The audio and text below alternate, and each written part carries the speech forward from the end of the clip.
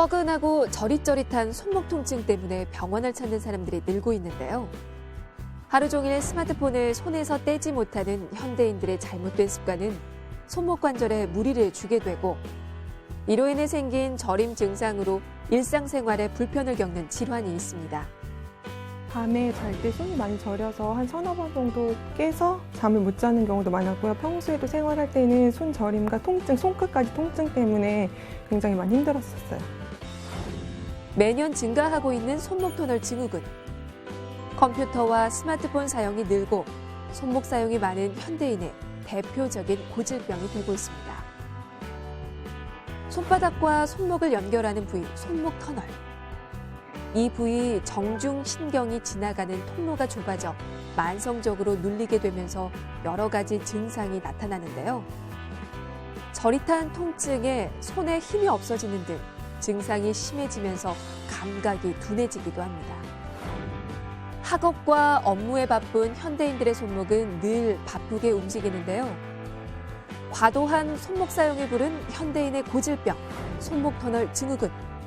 어떻게 치료하고 관리해야 하는지 온에어 닥터스에서 알아봤습니다.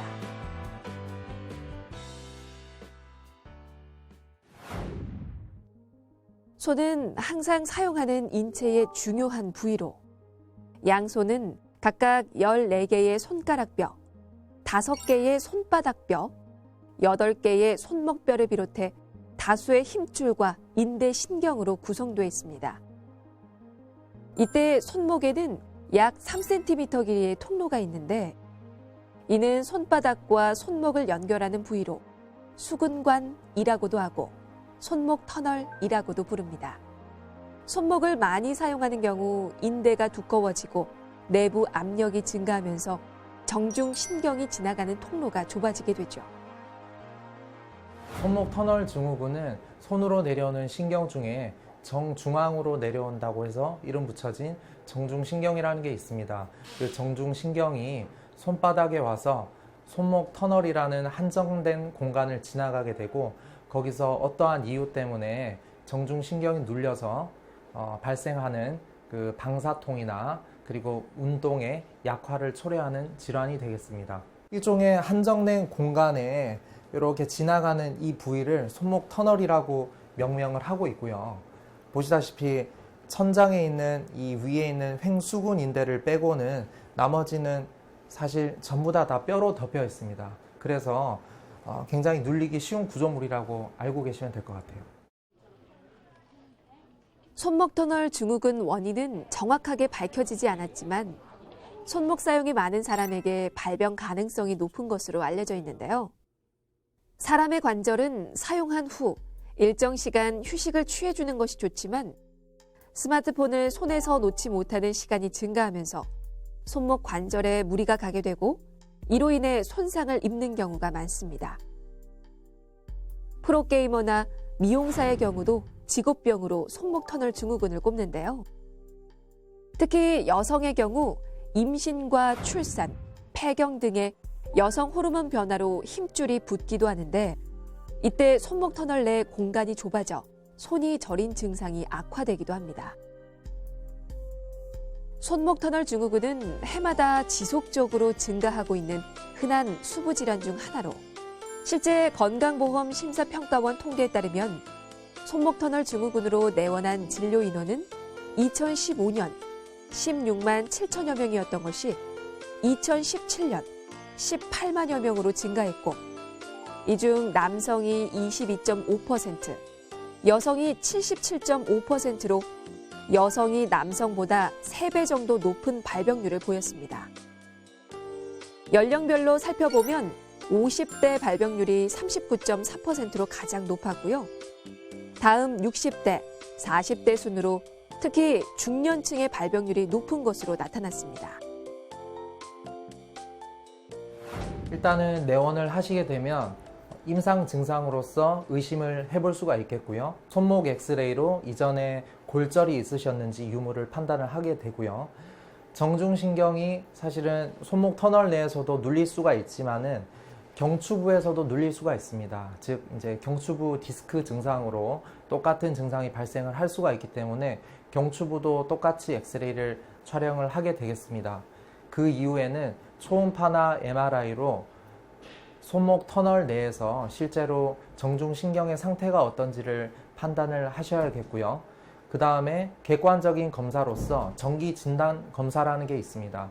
그 정기진단 검사를 시행을 해서 신경이 정말로 손목 터널 내에서 눌리는지를 다시 한번 확인을 하여야겠습니다. 손목 터널 증후군을 자가 진단하는 방법으로 양 손등을 맞대고 90도로 꺾은 상태에서 1분 정도 유지해 주는데요. 이때 손이 저리다면 손목 터널 증후군을 의심해 봐야 합니다.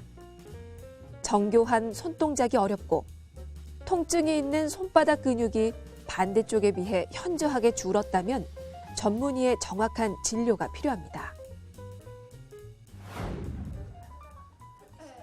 손저림 증상과 시큰시큰한 손목 통증이 밤이 되면 더욱 심해져서 잠을 이루기 힘들다는 40대 여성.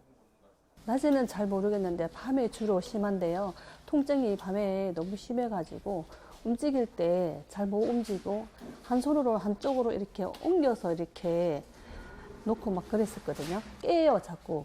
저리고 이렇게 손목이 이렇게 마음대로 자유자재가 안 돼요.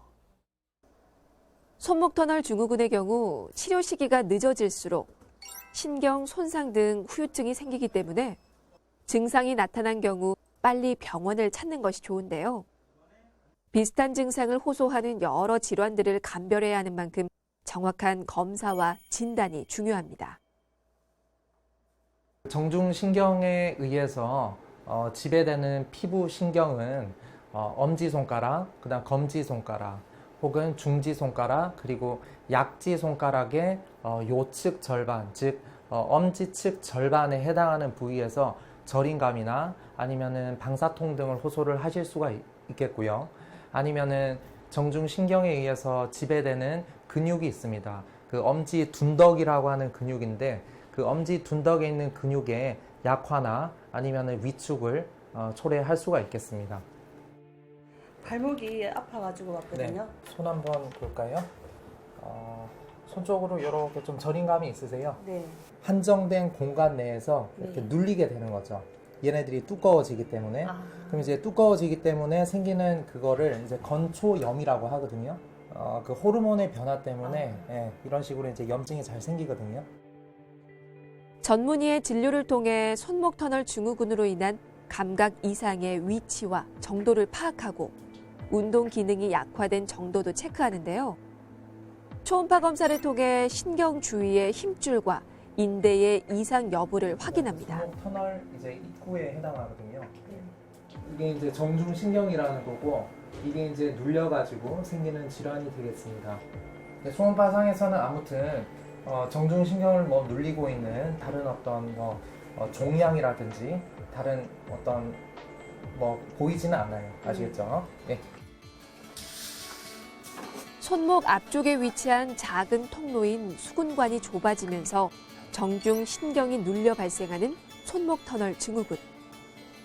이때 눌리는 정중신경은 엄지손가락부터 네 번째 손가락 반 정도에 이르는 손바닥 영역에 퍼져 있는데요.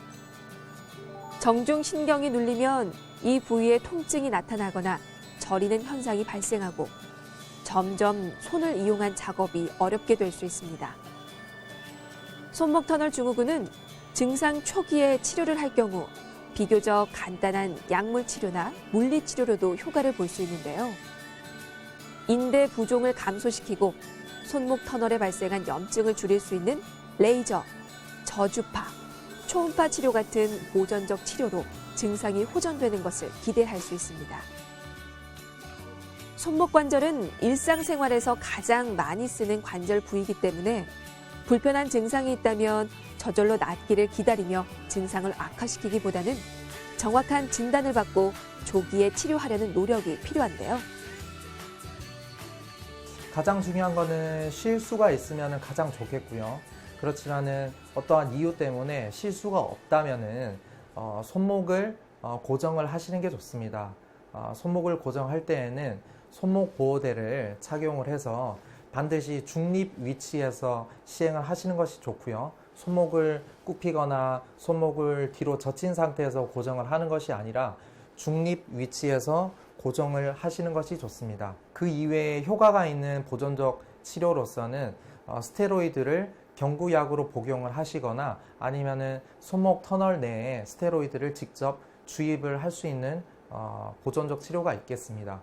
그 이외에는 물리치료 등, 즉 레이저 치료나 초음파 치료 혹은 온열 치료 등으로 증상의 호전을 도모를 할 수가 있겠습니다. 네, 시원한 느낌? 나을 것 같은 느낌, 예, 받고 있어요. 저런 게 통증이 조금 덜하고요. 이제 좀 시원한 것 같고, 움직이는 게 뿌듯하고 주먹이 안 쥐어진 게 지워지는 거예요. 보존적 치료에 호전이 없고 증상이 심한 경우 수술 치료를 고려해야 합니다. 밤에 잘 때 손이 많이 저려서 한 서너 번 정도 깨서 잠을 못 자는 경우도 많았고요. 평소에도 생활할 때는 손 저림과 통증, 손끝까지 통증 때문에 굉장히 많이 힘들었었어요. 1년은 다 안 됐고요. 그리고 주사 치료를 한 4번 정도 받고 더 이상 이제 호전이 없어서 수술을 받게 된 거예요. 손목 터널 증후군의 가장 효과적인 치료는 외과적 수술로 좁아진 수근관을 넓혀주는 건데요. 증상이 자주 재발하거나 신경 압박이 진행돼 손바닥 근력과 감각이 떨어진 환자의 경우에는 수술 치료를 진행하게 됩니다. 염증이나 부종으로 두꺼워진 손목 터널의 인대를 수근관 유리술을 통해 절개하고 신경이 지나가는 통로를 넓혀주는데요. 이로써 정중 신경에 가해지는 압박을 해결해서 손상된 신경을 회복시켜줍니다. 네, 수술 후에는 통증, 저림 증상은 전혀 하나도 없고요. 통증이 조금 있긴 한데 하기 전보다는 확실히 많이 줄어들었어요. 수술 방법으로는 이전에는 개방성 절개를 통해서 직접 신경을 눈으로 보고 그 이외에 있는 어떤 구조물들을 다 확인을 하는 전통적인 절개 방법이 있겠고요. 최근에는 최소 침습적 내시경 수술이라고 해서 위를 이렇게 덮고 있는 횡수근 인대를 절개를 해주는 그런 수술법도 있겠습니다. 수술 후 관리 같은 경우는 바로 마취가 깨자마자부터는 손가락 운동을 바로 시작을 하셔야 되고 하시는 것이 좋습니다. 보통 수술 이후에는 손가락 운동은 바로 시작을 하시고요. 손목 보호대는 실밥을 뽑는 2주까지는 고정을 하시거나 하는 것이 좋습니다. 그 이외에는 수술 후 6주 이후부터는 예전의 활동 그대로 이어가실 수가 있습니다. 손목 터널 증후군을 예방하고 관리하기 위해서는 지나친 손목 사용은 피하고 충분한 휴식 시간을 주는 것이 좋은데요. 또한 손목에 통증 등 이상 증상이 생겼을 때는 즉시 병원을 찾아 치료 시기를 놓치지 않고 치료하는 것이 중요합니다. 버티시고 이번에 밀어보세요. 이렇게. 손목 건강을 지키기 위해서는 일상 속 잘못된 습관을 개선하는 노력이 필요합니다. 손으로 물건을 잡을 때는 힘을 세게 주지 않도록 하고 손목을 위아래로 구부리는 행동은 피하시고요. 스마트폰, 패드 등 디지털 기기의 과도한 사용을 줄이고 손목을 많이 사용해야 하는 경우에는 가볍게 스트레칭 해주는 것이 좋습니다. 마지막으로 혈액순환 개선을 위해 양파, 미역, 콩 등을 섭취하는 것도 도움이 될 수 있겠네요. 손목 터널 증후군이 의심이 되실 때는 주저하지 마시고 근처에 있는 전문의에게 가셔서 상담을 받아보실 것을 권고드리고요. 혹시나 심해가지고 수술적 치료가 필요하다는 얘기를 듣더라도 너무 공포심을 가질 필요는 없습니다. 왜 그러냐면 수술 자체가 비교적 간단하게 치료가 될 수 있는 부분이라서 너무 공포심은 가지지 않으시는 것이 좋습니다. 현대인의 잘못된 습관과 지나친 손목 사용 습관이 부른 손목 터널 증후군.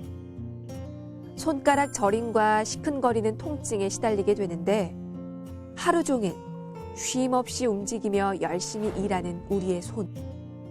손목과 손가락도 과로하게 되면 탈이 날 수 있습니다. 손은 정교한 부위인 만큼 문제가 생기면 일상생활에 큰 불편을 겪게 되니까요. 초기 정확한 진단과 적극적인 치료로 소중한 손을 건강하게 지키시기 바랍니다.